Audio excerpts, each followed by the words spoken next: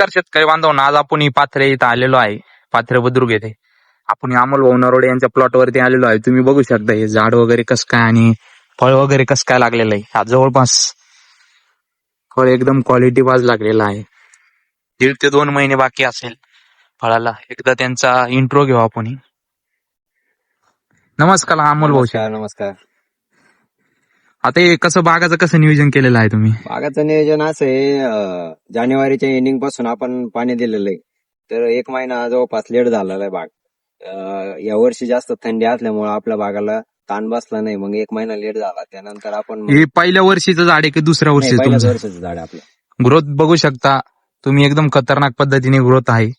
आणि तुम्ही याचं फळ छाटणी वगैरे काही केलेलं होतं का बागाचं? छाटणी झाली आता 1 महिन्यापूर्वी झालेली आहे. हो, जास्त झाडामध्ये जास्त गर्दी होत होती, मग ते औषध वगैरे मारायला, बरोबर. स्प्रे मारायला. आणि हे बेड वरती काय टाकलेलं आहे तुम्ही? मल्चिंग केलेलं आहे आपण, पाष्टाचं मल्चिंग केलेलं आहे. अच्छा.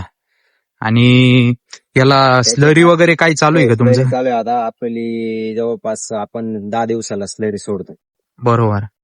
आणि त्या स्लरीचा आम्हाला फायदा एवढा झाला, फळाची साईज आणि त्याची शायनिंग ही खूप अतिशय चांगल्या प्रमाणात झालेली आहे आता. बरोबर.